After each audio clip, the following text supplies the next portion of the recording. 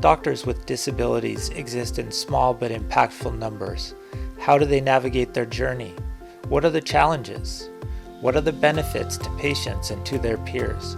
And what can we learn from their experiences? Join us as we explore the stories of doctors, PAs, nurses, OTs, PTs, pharmacists, dentists, and other health professionals with disabilities. We'll also be interviewing the researchers and policymakers that drive medicine forward towards real equity and inclusion. I am Peter Poulos, and I am thrilled to bring you the Docs with Disabilities podcast.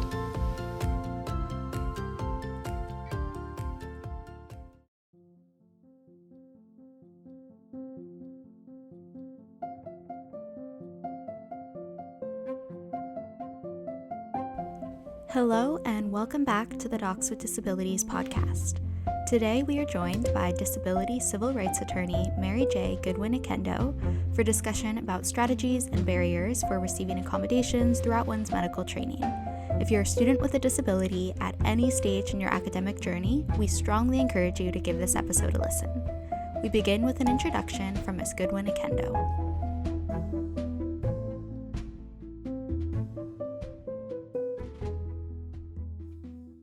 So welcome to the Docs with Disabilities podcast. It's so great to see you again. Can you please introduce yourself for the audience? I am Mary J Goodwin-Oquendo. I am a disability civil rights attorney, originally from Brooklyn, New York, but our practice is now in Manhattan, and I live in the Bronx, so I'm New York through and through. Nice. And tell us about your journey in life to becoming a disability advocate and disability lawyer. Yes, so I always tell people, they really struggle to believe it, but when I was very young in elementary school, I knew that I wanted to be an advocate of some sort. And I was really inspired by my mother. She was the first advocate that I saw in action with regard to my brother. So my brother's about 4 years younger than me. And when he was around 2 or 3, he didn't have normal speech. So he was speech delayed. So that started the whole evaluation process. So we're talking the late 80s, early 90s. And my mother encountered so many professionals who placed limits on what my brother would be able to achieve. Oh, he'll never talk.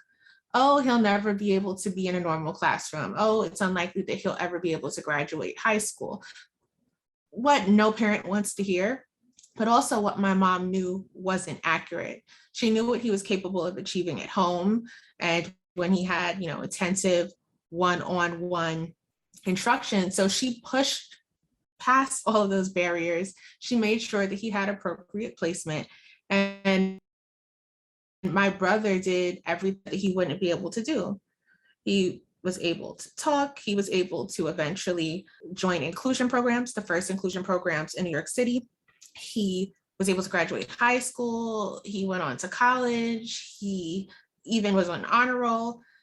So I saw all of the children that were left behind when they didn't have parents to advocate for them. And sometimes that's because the parents didn't know that they could advocate for an alternative path.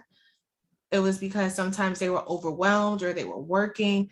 And it was truly sad. So at that age, watching my mother, I knew that I wanted to be a voice for people who were unable to advocate for themselves or who didn't have the knowledge to advocate for themselves. My journey also was inspired by my mother. She developed rheumatoid arthritis when I was in middle school. And I saw just how destructive that was and how burdensome that was to us as a family, and how having painful physical impairments like that truly limits how you're able to participate in society.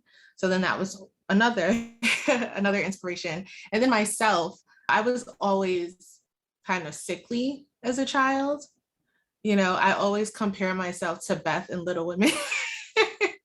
I don't know if you're familiar with Little Women, but she was the one who I think had scarlet fever, and I had scarlet fever multiple times. I had so many different viral conditions as a child, and then I developed chronic pain, chronic fatigue, chronic neurological issues in high school.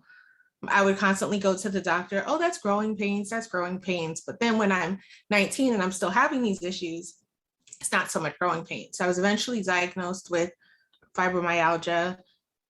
Since then, I've developed a number of other conditions. So I really am inspired from all, all areas of life.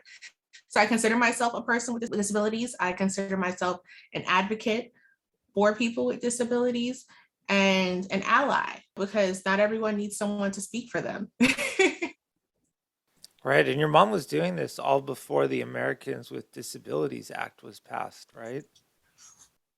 It's around the same time. So the ADA was passed in 1990, and it was around 1989, 1990 that my mom started truly advocating for my brother. Was there a palpable difference before and after the ADA was passed in how that felt? Well, not so much personally, but I'll talk globally. So prior to the ADA, the most comprehensive law was Section 504 of the Rehabilitation Act, but that was limited to entities that receive federal financial funding. So think of everyone else, right? Every other business, every other school, completely left out. ADA passes in 1990.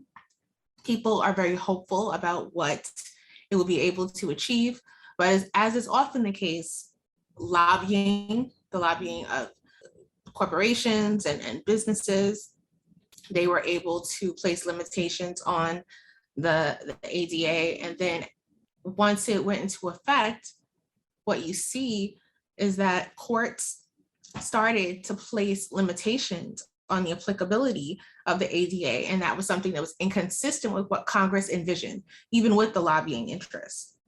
So then the ADA was eventually amended in 2009. ADA was amended in 2008. What, it's like the ADA AA or Yes, the ADA Amendments Act. So the ADA AA. AAAA? Yes, all of the A's. And that was in response to all of these Supreme Court cases and circuit court decisions that narrowly interpreted the applicability of the ADA. So Congress said, with the Amendments Act, you know what? This law should be as inclusive as possible. The focus shouldn't be on making people with disabilities jump through hoops of fire to prove that they're disabled. It should be on whether the school, whether the employer, whether the place of public accommodation, whether they properly accommodated that person. So again, we were hopeful. I was hopeful. I was in law school at that time, completing my last year, and I worked with my mentor and Principal Joanne Simon and other affinity groups to submit comments for both the legislation and then the regulations to enforce the legislation. And we were hopeful. But then I would say maybe like a year or two later, we start again seeing creative ways, especially in higher education and testing companies and licensing, creative ways of avoiding responsibility under the ADA, which is disappointing. So do you think that the Amendments Act in 2008 had a profound effect on these sorts of limitations? Did things measurably improve after that? Did courts and judges start putting more restrictions even after that? Well, I think one thing to keep in mind is that most cases never go to court. And half of the battle is education. So I would say in that regard, because with the enforcement regulations from the Department of Justice, the Department of Education, the EEOC, the rights of individuals with disabilities were clarified, making it more digestible to the general public. there was also more guidance issued by the enforcement agencies. And in that regard, I think it made it easier for people to advocate for themselves or know when they were being treated illegally because this information was now accessible. So in that regard, yes. But there have been a few wonky decisions, but I would say they don't have wide applicability.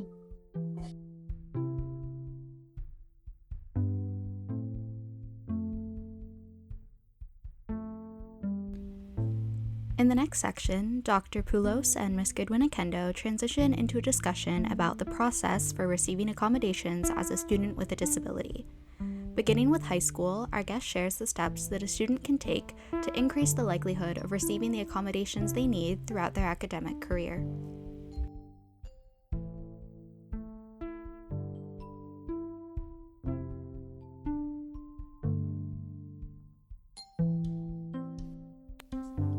So let's talk about the ideal journey of a student from, let's say, high school through residency and into practice. I guess, it's different for every type of disability, but we'll keep in mind, make this as inclusive as possible beyond people with mobility, hearing, or visual impairments, but also learning disabilities, chronic illness, autism, mental illness, etc. So I would say that ideally, if someone had a disability that existed in high school or prior to high school, when they leave high school, ideally they would have adequate documentation of that disability from appropriate treatment providers. They would have proof of formal accommodations in school, and if applicable, proof of formal accommodations on high stakes standardized examinations.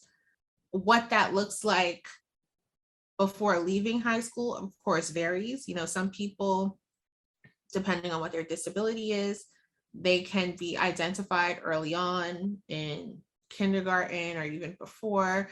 So some people start receiving support services and accommodations at the very beginning of their academic career.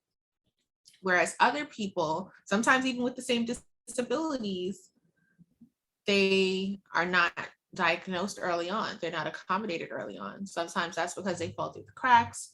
Other times it's because people recognize that they do have these limitations and need assistance, but they're providing them informal accommodations, either in school or their parents are providing supplemental instruction, working with tutors, working with learning specialists, and so on. Then there's the class of people who did not have a disability prior to high school for whatever reason.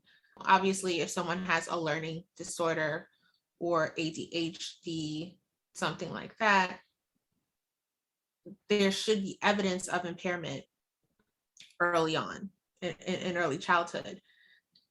You must remember, evidence of impairment is not the same as saying, oh, proof of accommodations or proof of formal diagnosis. So you show that you have that limitation by showing the extra effort that you needed to take in order to keep up with academic demands, or perhaps you fell behind. So for people with, let's say, psychiatric conditions like anxiety, PTSD, depression, the age of onset for those can be anything. So you don't need to produce the same paper trail. So I guess in short, by the time you leave high school, if you have a learning disorder, ADHD, or another impairment that existed during that time, you should make sure that your record is set straight, that you don't move on to the next level of schooling without crossing every T and dotting every I with regards to accommodations. Now, once you're in college, same thing. You should make sure that you have a detailed paper trail, updated evaluations or doctor's letters, and that you are also receiving accommodations in college, preferably formal. However, that also doesn't happen. Sometimes, you'll have students who did receive formal accommodations K through 12, but they go to college and they're self-conscious or they're worried about bias. So they find ways to self-accommodate by, let's say, strategically selecting majors or strategically selecting courses or even schools. When you're in college, I would say, because the law that you're dealing with is different. Like, let's say you came from a K through 12 public school that's dealing with the IDEA, right? Free and appropriate public education. It's easier in many ways to secure accommodations in K through 12. You can do so with far less extensive testing, right? The level of testing neuropsych wise that needs to be completed to secure accommodations after high school is kind of crazy. It's kind of expensive. So that's something that families should take into consideration when planning for college. It sounds like it's better to ask for accommodations early on, because a record of having accommodations in the past makes it easier or facilitates receiving accommodations in the future. Absolutely. But it isn't foolproof. Very often people who've received accommodations consistently at all levels of schooling, at all levels of standardized testing, they'll reach a point, usually in graduate school, usually with licensing examinations, where that will be challenged. That shouldn't happen under the law, but in practice, it happens all the time.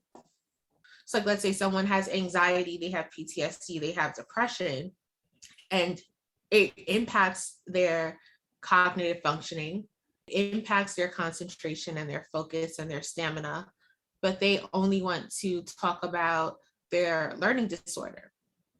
None of these conditions exist in a vacuum. And I personally feel that people do themselves a disservice when they omit some of these impairments from the discussion. And also, your documentation may not make sense to the reviewers because you're excluding information that absolutely impacts your performance, especially on neuropsych testing.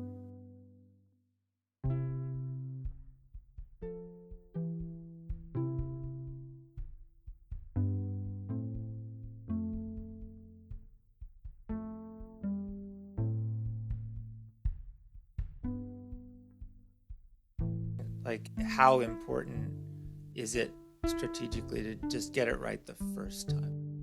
It really depends on what information have they included, have they been accurate, but the overwhelming majority of our clients come to us after they've already had at least one bite at the apple with the testing companies. As far as timing, this process can take much more time than people could ever anticipate. When you start looking at the deadlines for submitting accommodations requests versus just the deadline for registering for an exam. So let's take the MCAT for an example. People who are just registering for the MCAT and not requesting accommodations, they truly have a privilege, because individuals with disabilities have to take into account, okay, the AAMC requires, I think it's up to 60 days to render a decision on an initial application. And then for an appeal or request for reconsideration, that's an additional 30 days. Then after that, you also have to worry about finding a test center once your permit is updated. And depending on where you're located, test center appointments go quickly. For the NBME, initial applications, again, take up to 60 business days. Requests for reconsideration, I would say during the height of the pandemic, also 60 business days. Now they're back to being closer to within 30 days, but still that's quite a bit of time, especially if you're considering the fact that a lot of schools place quote unquote deadlines on people to sit for the examination, or some people they're applying for accommodations while they're also studying for the exam. So then they find themselves in a situation where they either have to discontinue studying or try to keep up that stamina. The whole thing is very expensive emotionally and financially. And it's something that isn't on a lot of people's radar. Another thing is, if you submit your initial application and let's say you get a denial and you find out that you need updated testing, let's say you come to someone like me and we recommend updated testing, or maybe the testing company says your data is out of date, then you have to find a clinician, a quality clinician who has an appointment. Then it takes time for them to draw up the report. So you could easily be looking at 6 months for the whole process or more. Yeah, I've heard this before. So it's important to, I would say, start early and get it right the first time. Mhm. Speaking of getting it right the first time, sometimes, especially for aspiring medical students who need accommodations for the MCAT, they'll come to me and they'll say, well, I really wanted to get in this test cycle, so maybe I'll just apply without accommodations and deal with it once I'm in medical school, or I'll take the MCAT with the lesser accommodations that I've been granted. I always advise against this because the NBME and the NBOME tend to look to what the MCAT did.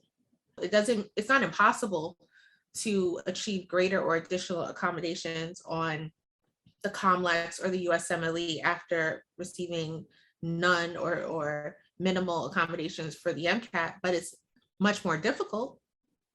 So you either fight the battle before medical school, where I believe the stakes are lower because you're not on that timeline, or you fight it later and it's much more stressful then and you have much more to lose.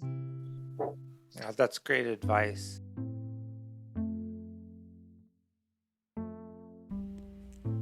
The conversation now shifts to a discussion about how to seek accommodations as a medical student in one's clerkship years.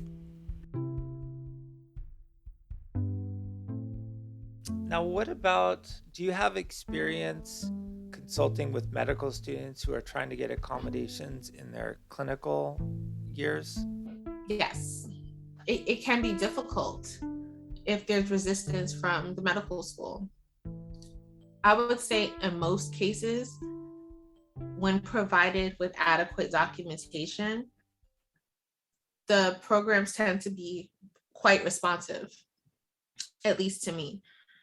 But when a medical school student is unable to get the necessary clinical accommodations, they're placed in a very difficult situation because, one, it's very expensive to litigate, and that's very time consuming.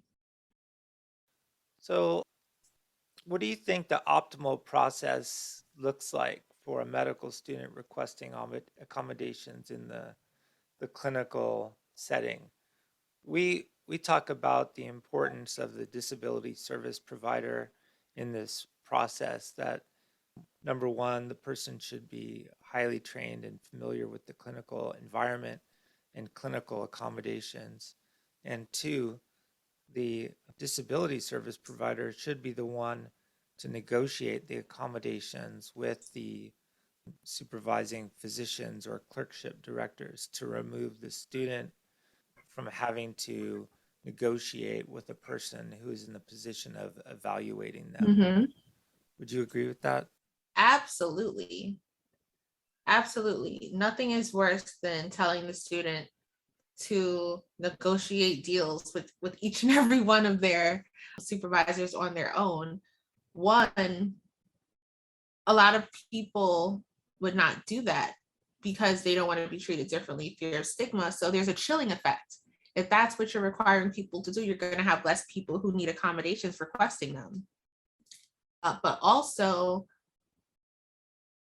for the purposes of, I would say, continuity and clarification, so that the disability services provider can clarify for the supervising physician what their responsibilities are under the law. That's not the role of the student.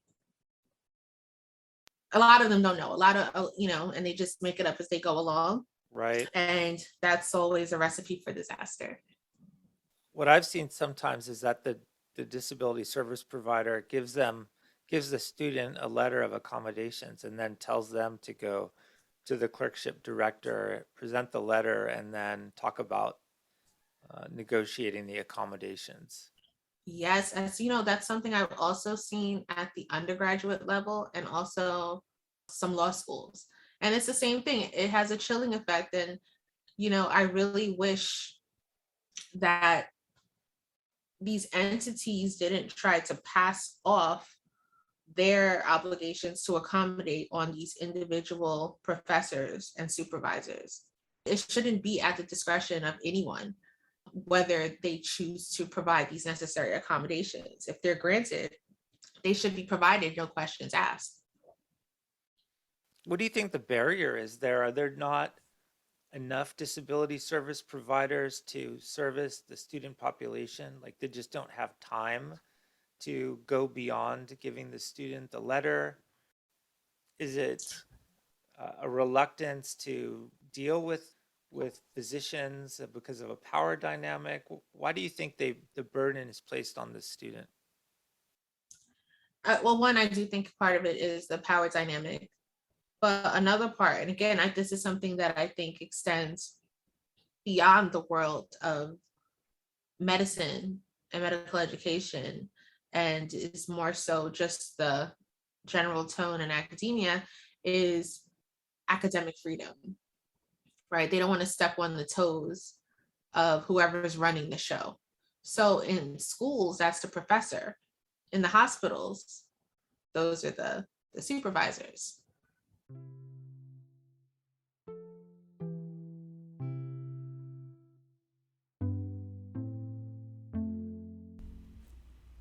We end the conversation, as usual, with the discussion of our guest's advice for students listening to this episode.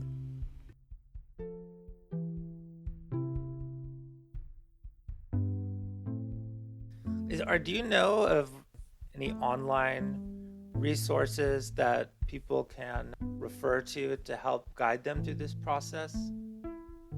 With regard to filing a complaint? Yeah, just like, frequently asked questions or a guide to your educational rights. So if you go to the Office for Civil Rights for HHS, they actually do have a pretty good Q&A section that describes rights and responsibilities of institutions and also students with disabilities. Same thing for the Department of Education's Office for Civil Rights. They, in addition to having Q&A, there's also a list of decisions. So if someone has time and energy and they just wanted to peruse public decisions, that can be helpful. You might see similarities in the published case with what you're currently dealing with. So I think those are two great free online public sources. And I also think, affinity groups such as the several that you run. I think it's great because very often people operate in silos and they don't know what the general trends are. They don't know what's possible. If you see that someone with a similar condition was able to acquire an accommodation at another school or hospital, and it's something that you want, if you don't know that information, you might think, well, maybe my request really is unreasonable. Maybe it really is impossible for the school or the hospital to provide this accommodation.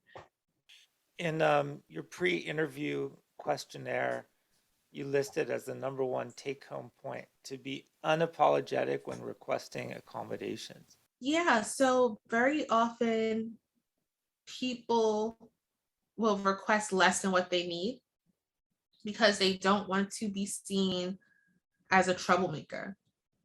or they don't want to come across as greedy, or they're worried that people will think, well, if you need all of those accommodations, maybe you're just not capable. And I understand those fears, but you can't protect your rights if you don't assert them. You can't claim that your school never accommodated you or improperly accommodated you when you didn't request everything that you needed. So ask for what you need, even if they say no, because one, you never know. You may luck up and you may not have to fight for what you need. But if you do have to fight, preserve your rights, create a paper trail, put it out there. Yeah. Even if you ask for less, they still can say no, especially the testing companies. People will say, well, I truly need, let's say, double time, but I'm going to ask for time and a quarter. I'm going to ask for time and a half because I don't want to seem greedy. I heard that they're more likely to grant time and a half than double time. Not true. You can ask for whatever you want and they are just as likely to say no if they don't want to grant it. And that's regardless of whether you have an extensive history of receiving accommodations or not.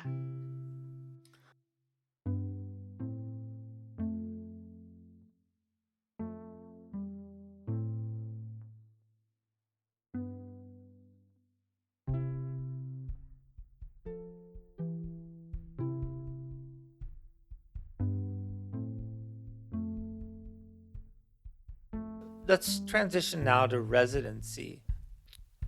At Stanford, our students have access to the Office of Accessible Education.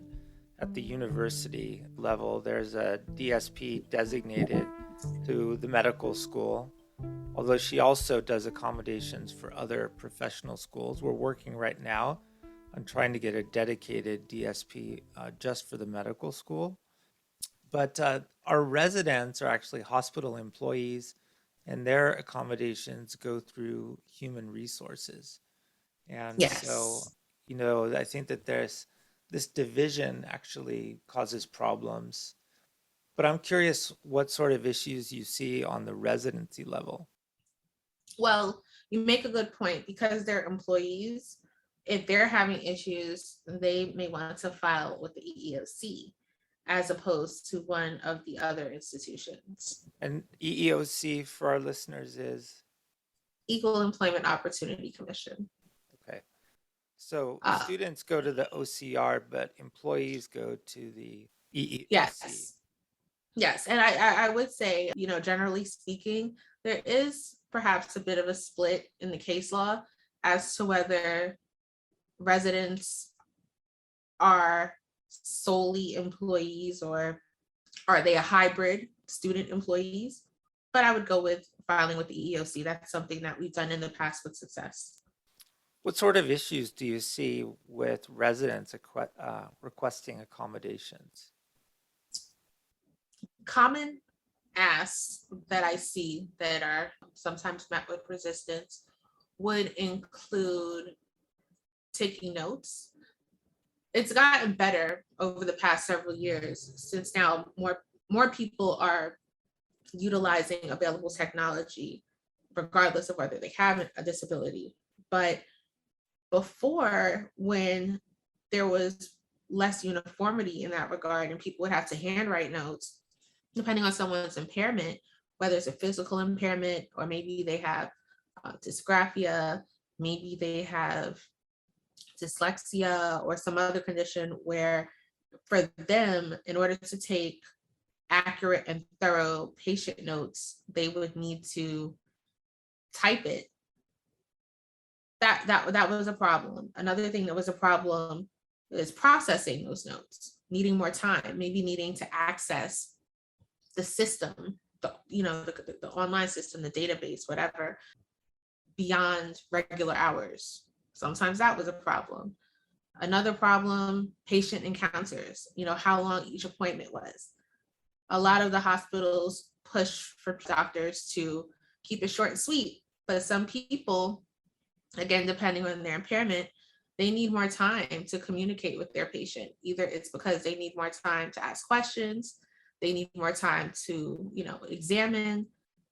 And I would say there still is this push for uniformity when it comes to dealing with patients that does a lot of doctors with disabilities a disservice.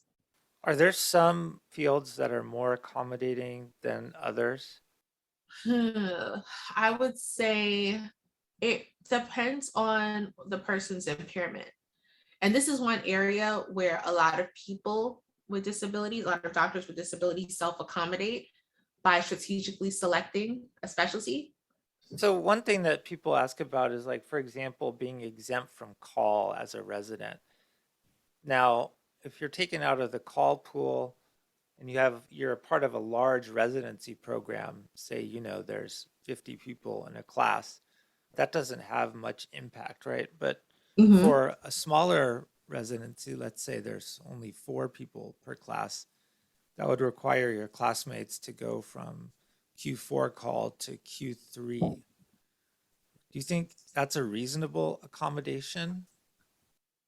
The answer that no one likes, but that is often appropriate, is that it depends. It truly depends, but these are all things that the law says we must take into consideration, right? What are the resources? Are you fundamentally altering the job description when you do that? What about patient safety? Would making this adjustment, making this accommodation pose a risk to patients or to other employees? So because there are all these things you have to consider, it's really so case specific. Are there any things that a medical student can look at when applying for residencies to sort of judge how friendly they will be towards accommodations? Well, I think that this is one thing where, ideally, more people would have mentors so that they have a real honest sense of the culture of the institution. I think that goes a long way. And I know that you have a mentorship program, which I think is amazing. I think that I just wish that that was something that existed everywhere and that everyone knew about, because again, I think that sharing information is a large part of the battle. Right, and that's our goal, to create a national community. Mm-hmm. Our mentorship program is open to everyone across the country, and there's the medical students with disabilities and chronic illness organization too, which is a great resource. Um, and then, of course, there are other resources. This podcast, there's the AAMC report, Mm-hmm. authored by Lisa Meeks and Neera Jain. Of course, the books, Disability as Diversity and Equal Access for Students with Disabilities. There are a Mm-hmm. lot of resources out there, but it's a matter of educating people on where to go. And that can Absolutely. sometimes be a little bewildering. Now, okay, let's go into like a career physician who's already an attending, and let's say they just can't practice medicine physically anymore, and they don't want to practice medicine physically anymore. What would you recommend if those people still want to work or be involved in medicine, but don't necessarily want clinical careers anymore? If they could take that experience and go back to the medical schools, I think that would be great. Yeah, to join our advocacy efforts. And some Yeah. have, and some have.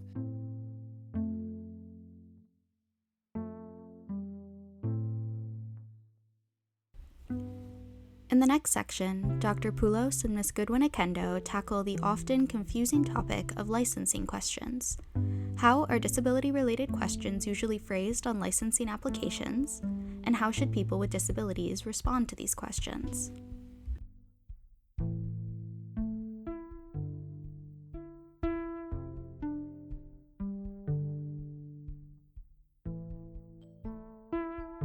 So one thing I do want to touch on, we get a lot of questions about this, is these questions that are often asked on licensing questionnaires or Mhm. licensing applications. How are these questions usually asked? These are trick questions. And Okay, yeah. something like, do you have a disability or an impairment that interferes with your ability to competently practice medicine or something to that effect? It's the same thing with law. Fortunately, over the past decade, a number of jurisdictions have gotten rid of that through advocacy because it is a trick question. But when people come to me, I always say, read the question carefully. If you know what your disabilities are and you're making sure that you're accommodated, you're not going to act incompetently. Having a disability in and of itself doesn't mean that somehow you're not competent. The question is so loaded. Don't fall for it. Right. And there are there are also specific questions about mental health on Mm-hmm. these licensure applications. So, and people are very hesitant to disclose any mental illness on their application. How, for someone with, say, psychiatric illness, how should they answer these questions? Well, it would depend on the question and where it's located. Like if they're asking if you have a condition that impacts you in a particular way. In medicine, the law gives employers and hospitals a great deal of deference because of the whole we must protect the public belief, right? If someone is posing a threat to the public or to whoever they're serving or their fellow employees, they're not protected by the law. So unfortunately, some of these examinations and some of these questions are actually considered permissible in many instances. But it depends. If you're not sure, reach out to the EEOC. If you're not sure about the legality of a question, that's something you don't need a lawyer for necessarily. You can reach out to the EEOC for guidance. You can also reach out to a lawyer to look online for some examples. Again, the EEOC provides quite a bit of information when it comes to inquiries pre and post offer of employment. Now, these questions about mental illness, I've read that actually they've become increasingly prevalent over the last few years. There's this study that showed in 1998, 75% of boards asked these questions, and then 80% in 1996. And then in 2009, it said, this article says that the vast majority of boards asked such questions, and that Mm-hmm. many of them are actually unlawful under the ADA. And so, taking your tests, you've passed your tests. Now you're just submitting all of your documentation and filling out an application for a license in a particular state. And then you come across these questions like, do you have a history of mental illness? How should people answer this question? Because I think if people disclose their mental illness, it could, Open you the know, door. open the door to an investigation. The Mississippi board, for example, in this article that I've read, says by submission of an application for licensing, an applicant shall be deemed to have given his or her consent to submit to physical or mental examinations if, when, and in the manner so directed by the board, and to waive all objections to the admissibility or disclosure of findings, reports, or recommendations pertaining thereto on the grounds of privileges provided by law. I personally feel that those types of questions should not be allowed. But in practice, these licensing entities get away with it because they say that they're asking the questions to determine whether someone would be a risk to the public. I feel that sometimes if someone, let's say they didn't answer this question, but then something came out later, that could create an issue as well. They fail to disclose information, then they get you on dishonesty. Because all of this is so usually like state specific, I would recommend that the person consult with either their local EEOC office, because it still is a licensing issue, or that they consult with an attorney. Like I don't want to Right. offer advisement that could negatively impact someone, because let's say someone then omits it and then it's flagged. They leave the question blank because maybe they don't want to answer untruthfully, but they don't want to answer yes, or there's just so many things to consider. I mean, I guess when I read these questions, I sort of mentally insert the phrase like with reasonable accommodations. Like, do you have a disability that could interfere with your ability to safely care for patients with or without an accommodation? Correct. Always assume that the question is with accommodations, right? Whether it's formal accommodations or self-accommodating. That one is definitely easier to answer than the other one. It's asking do you just have this kind of impairment? Do you have a history of this kind of impairment? Right. So, yeah. And again, what I've read that these kind of questions can deter people from seeking a license in those states that ask those questions. I've also heard that because people don't want to answer yes to these questions, they don't seek treatment for their mental health. So there's no documentation or paper trail of a mental illness, then they can avoid answering yes on the Mm-hmm. application. But I mean, that must have a negative impact, obviously, for a lot of people who are avoiding treatment, avoiding psychiatric treatment, just so they can answer no on these questions. And Absolutely. Especially when you look at the levels of stress that doctors experience and the studies and research on just anxiety and depression. Treatment should be encouraged. That we have knowledge of that rather than discouraged. That in and of itself should be sufficient to remove the stigma. I mean, I don't even know how you could get through a residency without taking an antidepressant. I mean, it can be a miserable experience. I mean, Yes. my residency was so difficult, taking call Q4, working 33 to 36-hour shifts, just like the exhaustion, the constant high stress, the death and Mm-hmm. and illness that you're dealing with, and the tragedy and grief on a daily basis. I Mm-hmm. mean, that sort of stress. I think we used to half joke in our residency about, like, who isn't taking Prozac. Um, Seemed to be the only way. And that's even without experiencing intentional discrimination.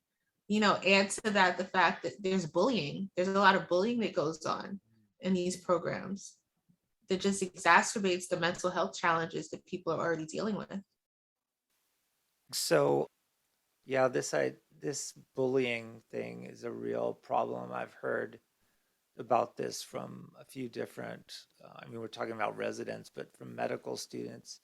Suchi Rastogi, who's a Stanford med student, wrote about this in her article in the New England Journal of Medicine about how she was shamed when she had to leave early from clinic because of her work hour restrictions and Mm-hmm. accommodations, and how people were outright just hostile, or, like I said, making comments that made her feel less than.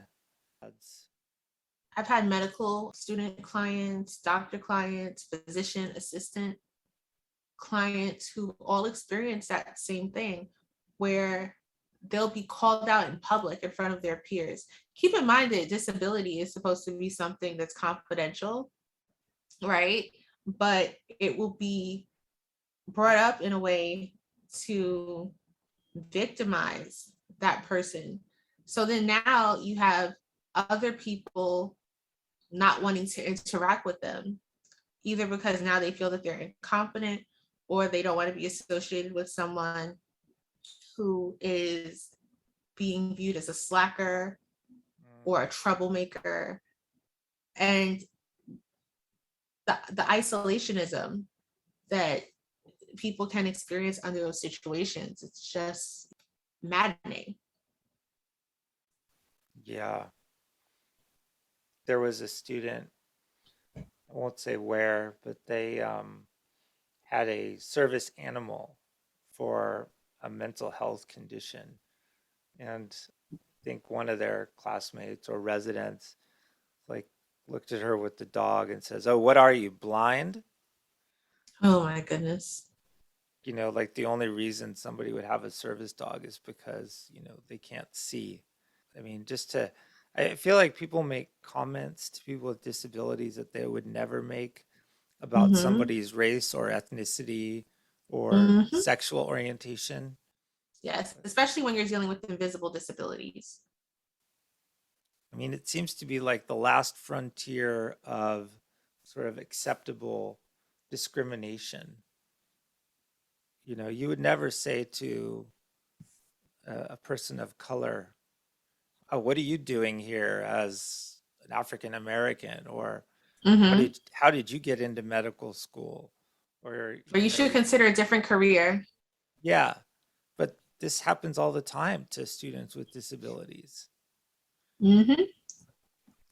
I think a lot of people don't even recognize, especially those with chronic illness or, the disabilities that aren't considered, classic. They may not even realize that their conditions qualify as a disability and they do have protection under the law. Mm-hmm. It's, yeah.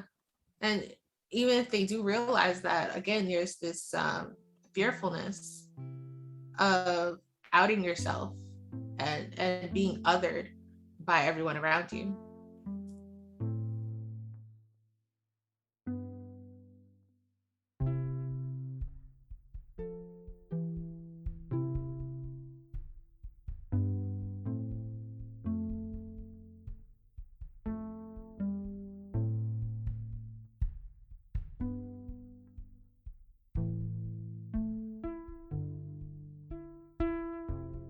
It's also, I think, a misconception that doctors with psychiatric histories are not safe to take care of patients. The American Psychiatric Association says that having a psych history is not an accurate predictor of your fitness and competence, and that these sorts of questions are not appropriate, and they Mm-hmm. say actually irrelevant, and frankly, you know, violating the ADA. Some states have outlawed these sorts of questions. These concerns about patient safety and disability, I think, are a real problem. This conflation of disability with inability or with unsafe patient care. How do we get rid of this sort of stigma or misconception and change the conversation away from like a safety issue to one of either a non-issue or looking at doctors with disabilities as an asset to the field? Education, educating not just the employers, but educating the public as well. Because, a lot of people are unaware of the subconscious biases that they hold against other people. And also, I think highlighting how the voices of disabled doctors and the experience of doctors with disabilities, how it is an asset it's an asset. Very often, these doctors are more compassionate. They have a better bedside manner. They think outside of the box. These are all things that we should want our treatment providers to have. Yeah, absolutely. Another way to, I think, fix it is through legislation. But that's something that would take a lot of effort and a lot of time, but maybe change it at the state level and then have the dominoes keep falling. That's something I'd love to see.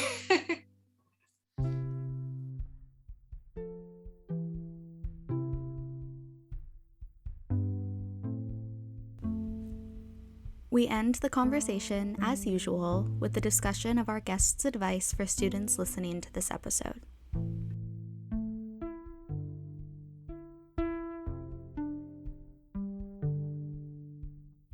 All right, Mary, can you impart some final words of wisdom and encouragement to our aspiring physicians and physicians out there with disabilities?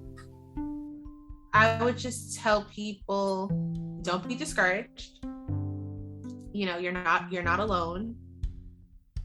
Not only are there legal advocates, but there are student advocates, there are physician advocates and others. And I think that if we all make an intentional effort to connect with one another and encourage one another, that we do have the power to change the landscape of disability, civil rights, and medical education, and in the medical profession. I share your goal, Pete. I want this to be national. I want people to lobby their state legislature. I want people to lobby the federal legislature, but we can't do it as individuals. Well, we can do it as individuals, but it's much more difficult for one voice to be heard. If we all come together, we can't be ignored. If we all come together, we can't be ignored. And I think that's how you enact change. These deficiencies that we've noted in the ADA, these issues with regard to consistent application, let's push for laws that clarify these specific situations so that things can't be twisted around. And so that it's clearer who's protected by the law and what the rights and the responsibilities are when it comes to education and employment. I think we can do it. It'll be hard, but I think we can do it. Yeah, there's definitely strength in numbers. Yeah, maybe we should put together a subgroup that's focused on these legislative efforts. I mean, we have tons of people all over the country who are interested in this topic. I don't think it would be that hard to put together a task force to work on this. What do you think? Should we do it? I think that would be amazing. And outside of pushing for legislation, sometimes there's a case that should be litigated that can make change for everyone else, but the people they just don't have the resources. If we pool our resources together, we can push those cases. All right. Wow, that was, I think, a really great interview. People are really going to be benefited, I think, by the information that you shared and your perspective. I thank you so much. Thank you so much for having me. I really appreciate it.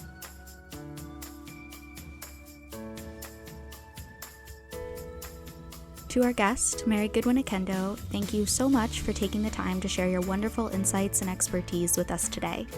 This is going to be an extremely informative episode for all of the students in our audience, and we are so happy to have people like you helping to make healthcare careers a more inclusive space. To our audience, we hope you enjoyed this episode, and we thank you for listening to our podcast.